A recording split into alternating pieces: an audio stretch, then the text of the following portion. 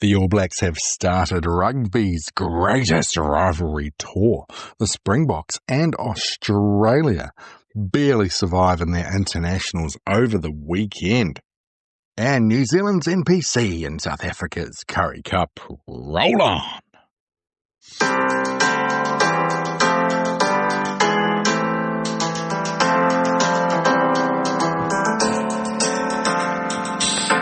Hello and welcome to the Rugby Roundup with Big Mike here on the 12th of August 2026. It is I, Big Mike, here at Big Mike Rugby, here to talk to you about all the things happening in our beautiful game.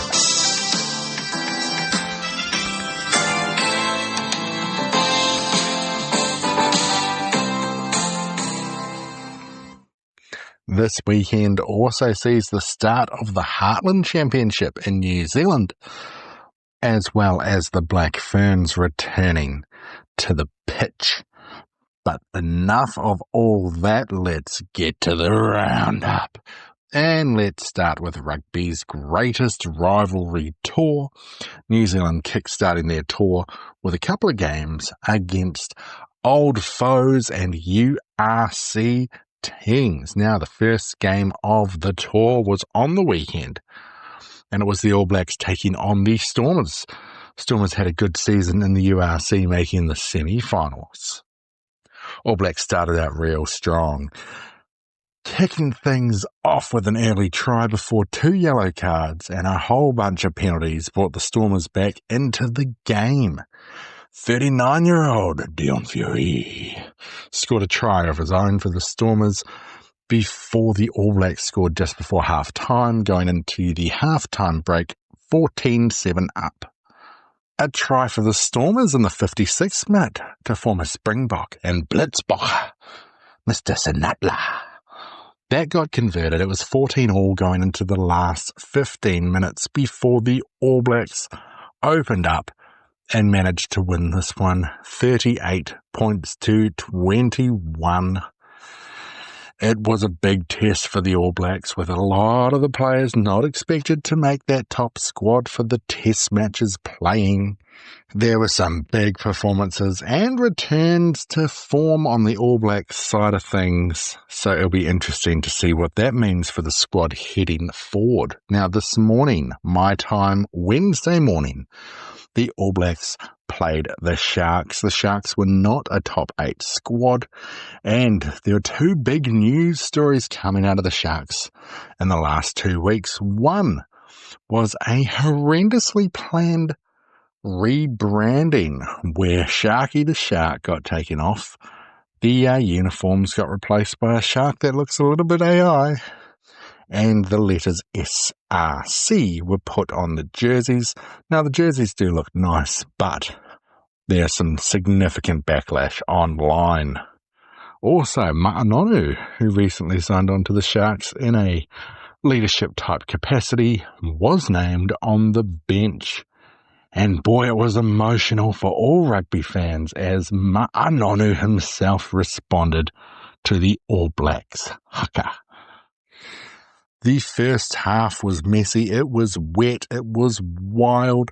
There were puddles, there were splashes. It's Kings Park in Durban, not exactly a modern wonderland. At half-time, it was 14-0 to the ABs, and then 40 unanswered points in the second half gave the All Blacks a 54-0 win.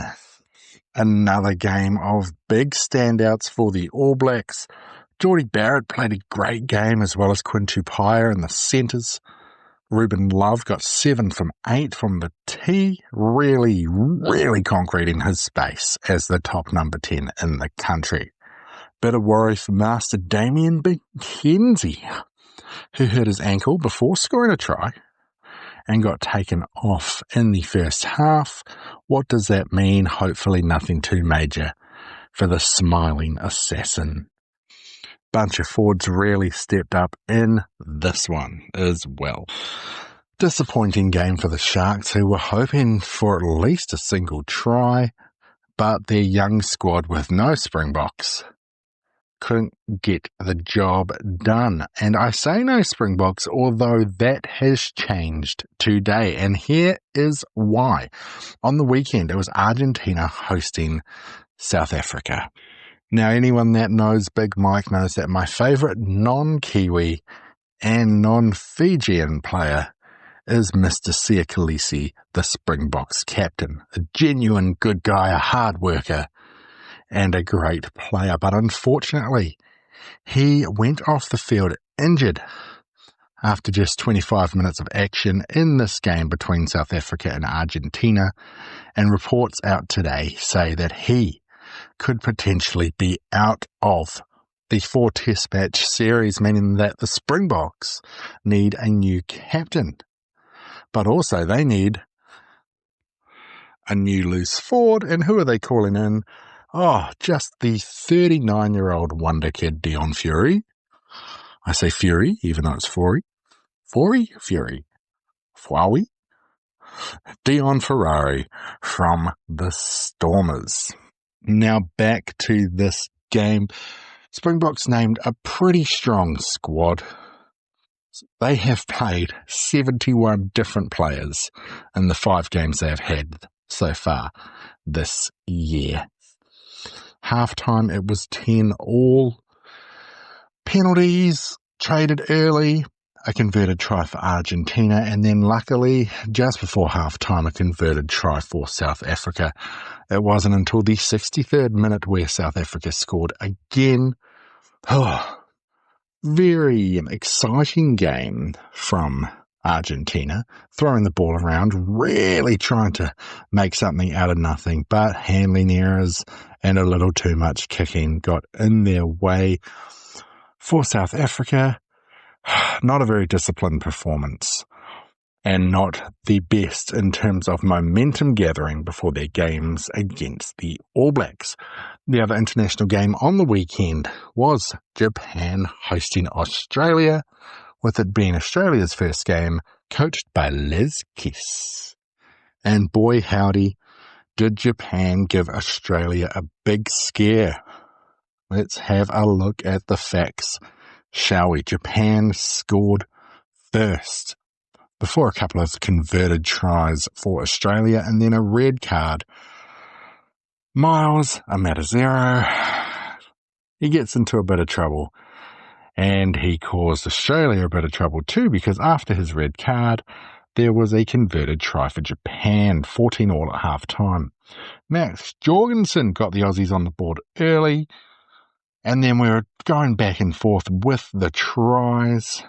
At the end of the game, this one was tense, and it was won by Australia, who won 35-32.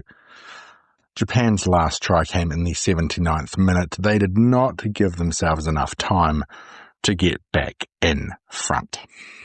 The return fixture is this weekend in Townsville, and the All Blacks this weekend are playing the Bulls. Now, the Bulls finished 4th on the ladder in the URC and then lost the final. Very similar to New Zealand's Chiefs in Super Rugby. Bulls like to get close, but not get the job done. We've got Australia hosting Japan Saturday afternoon local time in Townsville, of all places, Townsville in Queensland. And an Argentina 15 that has not been named yet will be taking on the USA in a one-off contest. Don't be surprised to see a few of Argentina's top players jumping into this one, as their next game won't be for another couple of weekends. In women's international rugby this weekend, we have New Zealand taking on a Black Ferns 15, very similar to a probables versus possibles match. Now, in international rugby last weekend, it was Fiji hosting the Springboks and going down big. This one was 55-12. This weekend, we have the return match. That first match was in Suva. This weekend, they're playing at Churchill Park in Lautoka.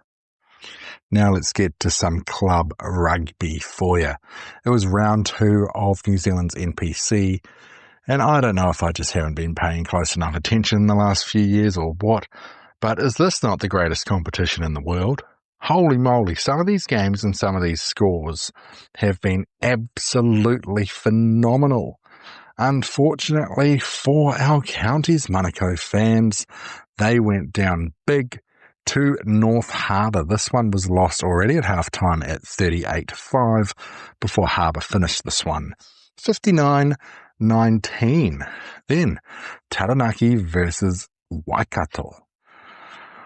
Taranaki started well before conceding 1, 2, 3, 4 straight tries in the middle of the game, and that was too much. At the end, they scored a penalty kick in the 81st minute to get a bonus point after going down, or finally going down, 38-32 to Waikato. Now, probably one of the matches of the weekend, we had Auckland hosting Wellington. And this one, back and forth action.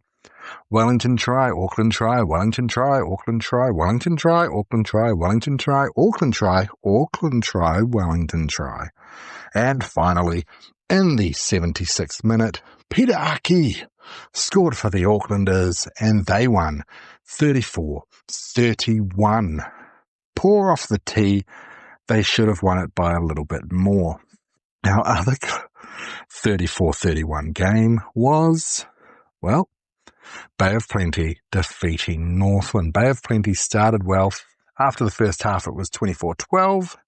Northland got a converted try in the 69th minute to make this one 31-all before a penalty in the last few minutes for Bay of Plenty sealed the deal.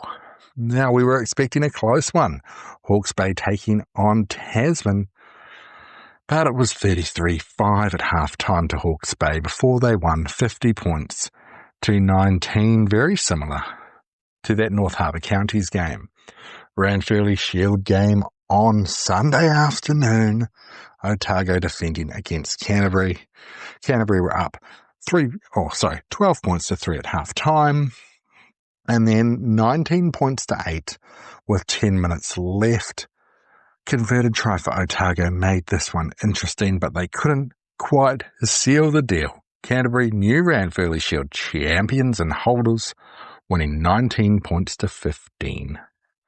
Final game of the weekend, another close one, and this one was a comeback for the ages as Manawatu hosted Southland. After 50 minutes, Southland were up 28 points to 7. And with 10 minutes left, they were up 35 points to 19. Then, 3 tries, including one in the 82nd minute, out wide on the right-hand side, gave Manawatu the 36-35 victory.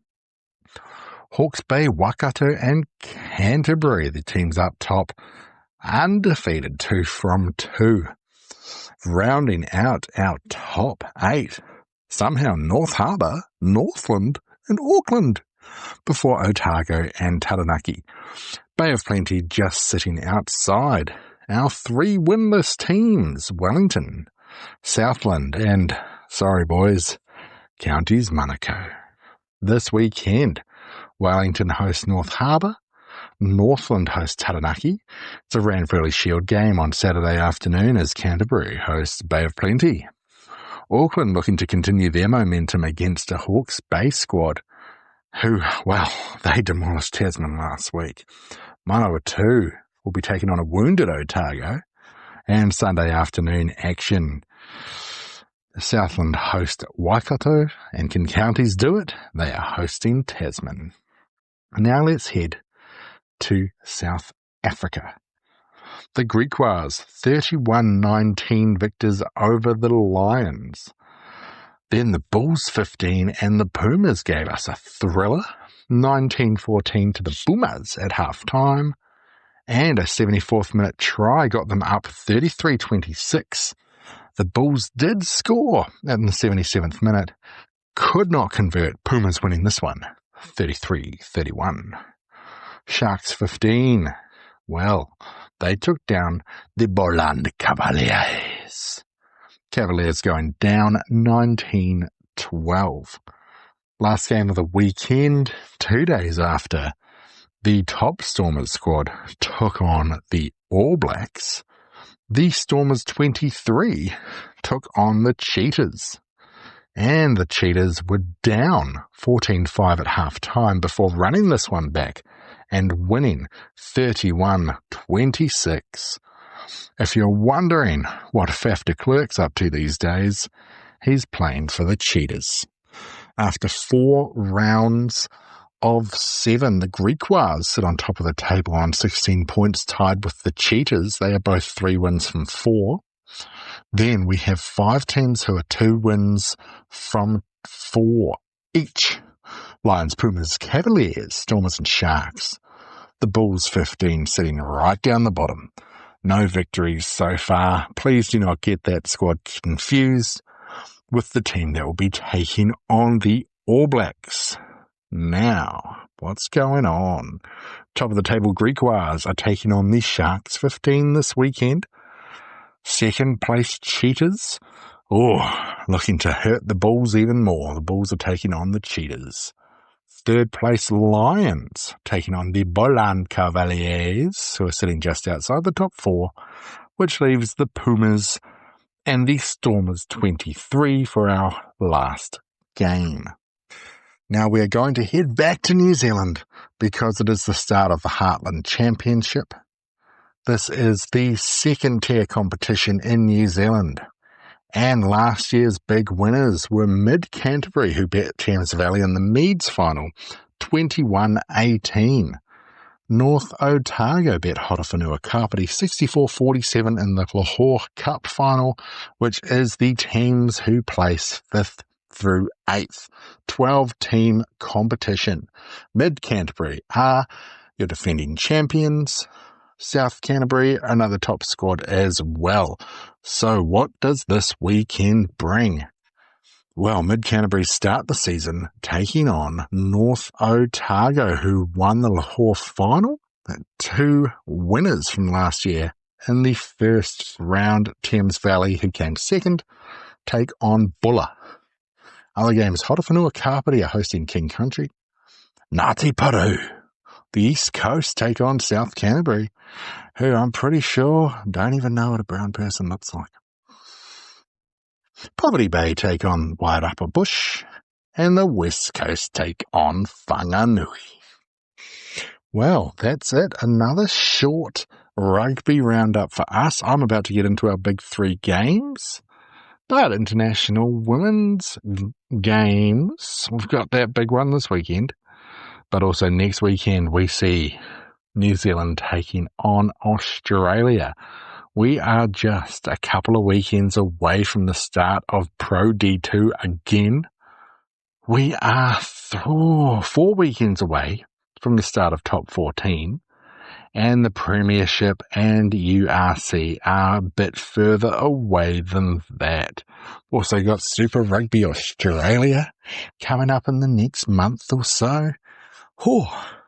But for now we've got international games with the All Blacks and the Springboks, as well as Australia and Argentina doing their thing, and the Currie Cup and NPC rolling on. So, what a Big Mike's Big 3 games. If you've only got time to watch one, see one, follow one, whatever, maybe make sure it's one of these guys.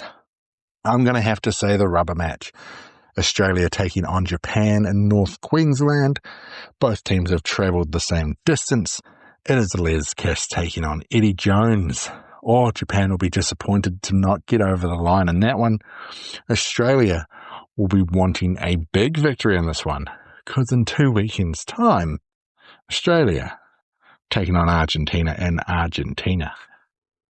Big game this weekend in rugby's NPC in New Zealand, as the Ranfurly Shield is defended. Canterbury taking on Bay of Plenty. And just for a great hit out, not too competitive, but at the same time incredibly competitive. In women's rugby, we have New Zealand taking on the New Zealand 15.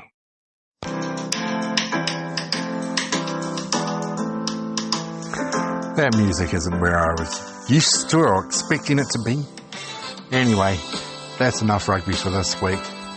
It's me, Big Mike here at Big Mike Rugby.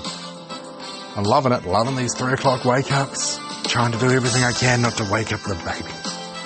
Alright, go and have a beautiful week and watch some beautiful rugby, will ya?